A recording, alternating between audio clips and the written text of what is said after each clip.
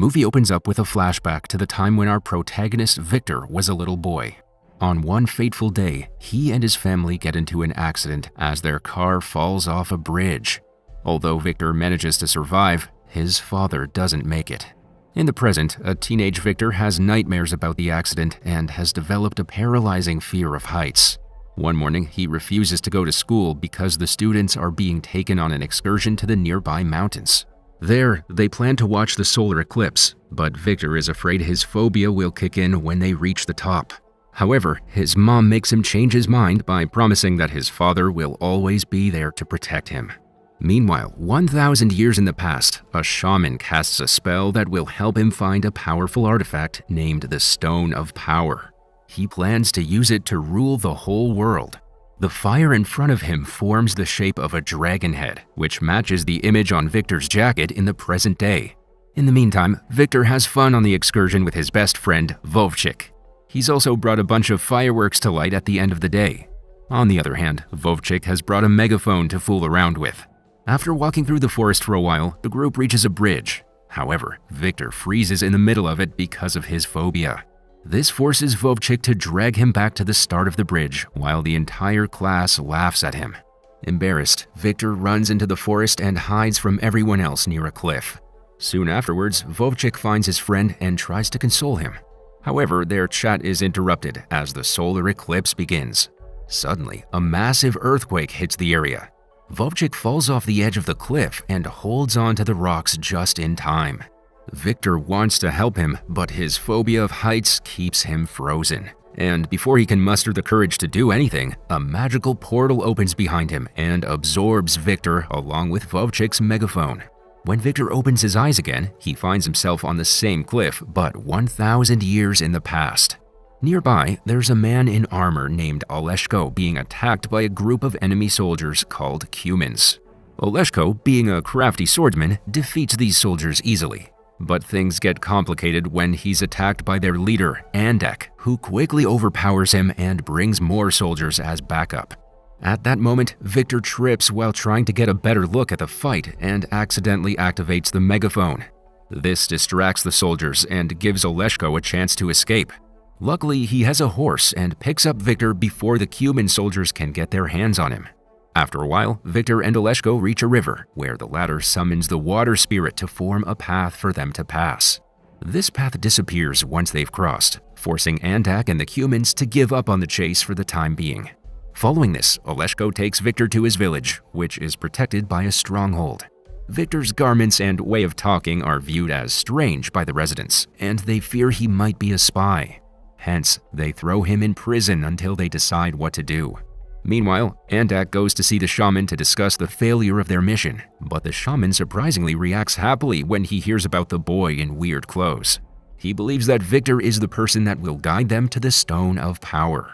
Sometime later, Victor is visited by Olenka, a young local girl who brings him milk and makes sure he's doing fine. Soon afterwards, Oleshko comes to pick him up and takes him to the river for a test. The water spirit will decide if he's a spy or if he's trustworthy. Once they reach the river, he is thrown into the water with his hands tied. But the river spirit considers him worthy and throws him out without hurting him. Victor is then accepted as one of the villagers and gets to meet the leaders properly. Among the leaders are the wise elder, Ovisi, and the fighters, Oleshko, Ilya, and Dobrinya.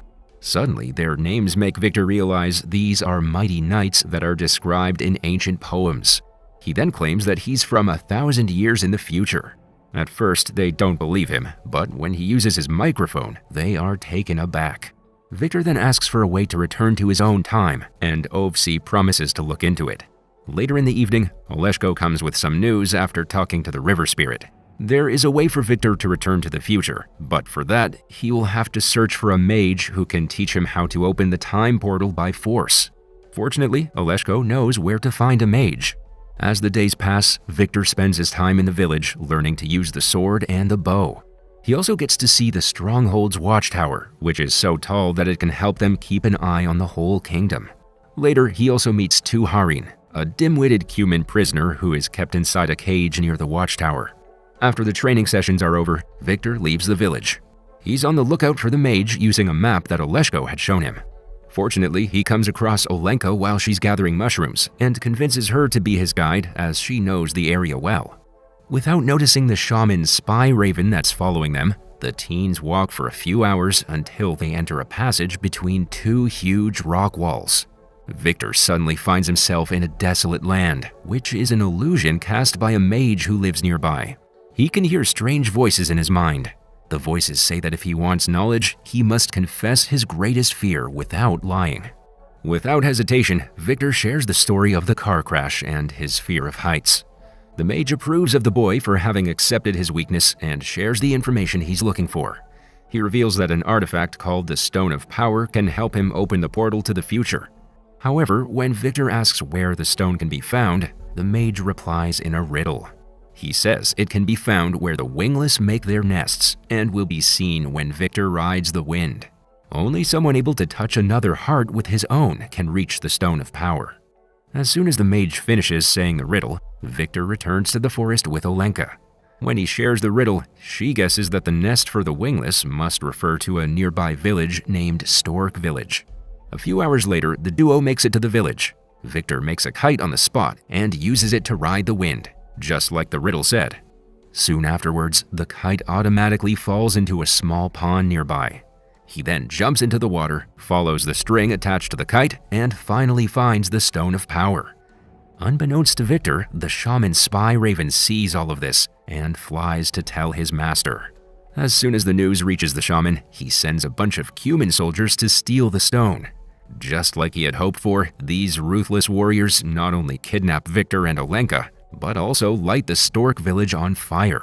Fortunately, thanks to the watchtower, the soldiers at the stronghold learn about the attack and immediately send their warriors, led by Ilya, Dobrynia, and Oleshko. They beat up the Cumans easily with their superior sword skills. When everybody gets back to the fortress after the victory, Ilya vows to direct Victor so he can find the portal that he came from. But Ovsi suggests they need to wait for a storm because the god that made the stone was the Master of Thunder. He believes that only a storm can activate its power. Later, Victor follows Ovsi to his home and discovers the old man is trying to make a flying machine. The boy from the future takes the opportunity to teach him about aerodynamics using a paper plane as an example. From then on, Victor and Ovsi work together on making functional wings. In the next scene, Ovsi suggests that the best spot to hide the Stone of Power is on top of the watchtower. But when Victor refuses to go up there with him, he reminds the young boy that confronting one's fears is important. Soon afterwards, Victor and Ovsi manage to make it to the top, where the latter hides the stone under a pile of rocks. Unfortunately, the shaman sees all of this in his magical fire. A few hours later, a heavy hailstorm arrives. The big hailstones strike the captured Tuhirene in his cage, causing him great pain. Fortunately, Victor grabs some old sailcloth and covers the cage with it to protect the prisoner. That night, a flash of lightning hits the pile of rocks on top of the watchtower. The Stone of Power, along with other rocks, falls near the cage. Tuhirene cunningly uses the debris to break the lock and escape. He takes several things from the village, including the Stone of Power, along with other pieces of rocks before fleeing. He then travels to the Cuman camp, where the shaman notices Tuhirene has accidentally brought the Stone of Power. So he informs Andek that they'll now need the person who retrieved the stone to make it work. The next morning, people in the stronghold find out that Tuhirene and the stone are gone. Despite this, Victor and Ovsi concentrate on finishing the flying machine, because it's their only hope to recover the stone without a war. Sometime later, Ovsi and Olenka go out to gather berries and some moss. There, they're ambushed by a group of Cumans that kidnap Olenka. Ovsi attempts to safeguard himself, but ends up getting injured. He somehow manages to make it to the village and tells everyone about what happened. But soon after, he succumbs to his injuries. On the other hand, Olenka is taken to Andek. He snatches a paper bird that Victor had given her and sends it to the stronghold with a raven. When Victor receives it, he decides to risk his life and set off to the Cuman camp alone. There, he's asked to activate the stone if he wants Olenka to live. But Victor cleverly pulls out the fireworks from his bag, lights them, and throws them at the soldiers to create chaos. Unfortunately, before he and Olenka can escape, they're captured by Andek, who gives them a final chance to activate the stone. Victor doesn't know what to do until he recites the riddle in his head and realizes the heart-to-heart part means the magic of the human bond. He approaches Olenka, and when they hold the stone together, the magic inside it finally comes to life. At this moment, Shaman snatches the stone away and Andak orders Tuhirene to kill the teenagers. However, Tuhirene can't bring himself to do it because he remembers how kind Victor had been to him. Instead, he frees the two prisoners and gets them a horse. The following morning, Victor and Olenka return to the stronghold and caution everybody about the approaching Cuman assault. The next day, along with the Cuman army, comes a giant golem, a massive beast made out of rocks that the shaman controls with the power of the stone. The beast takes a huge boulder and throws it at the stronghold gate, destroying it completely. Sensing the imminent danger, Oleshko leaves the stronghold and makes the golem chase him. He expertly dodges every slow attack until he makes the beast trip and fall into the river, where the water spirit captures it. At that moment, a new eclipse begins and Andak orders his army to attack the stronghold. However, the villagers bravely defend their home under the leadership of the three knights. When Andak realizes that he's about to lose, he decides to abandon the battle. But the shaman manages to bring the golem out of the water for another attack. Seeing this, Victor plans to climb to the top of the watchtower and use the flying machine to get to the shaman. Ovsi's words of support ring in his mind and help him overcome his fear, allowing Victor to climb on the flying machine and jump off the wall. The machine flies just as smoothly as he had hoped for. He soon lands on the cliff where the shaman is standing. Victor then pushes him off to his death and finally recovers the Stone of Power. Unfortunately, Andak arrives at the cliff as well, intending to steal the stone. The two struggle for a while, and Victor eventually throws it into the water to safeguard it. With the power of the stone now gone, the golem immediately disintegrates into ashes. Enraged that his plans have been foiled, Andak proceeds to launch his attack on Victor. But before he can do so, Oleshko arrives at the scene. The two men then engage in a fierce battle, and in the end, Andak falls to his death the same way the shaman did. In the aftermath, Oleshko takes Victor to the forest where the magical portal is present.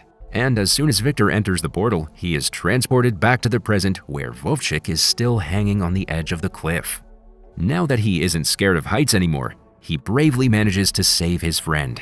This earns Victor an ovation from the rest of the class, who are watching from the other side of the cliff.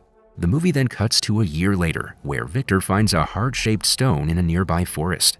He touches the stone, feeling Olenka's presence on the other side.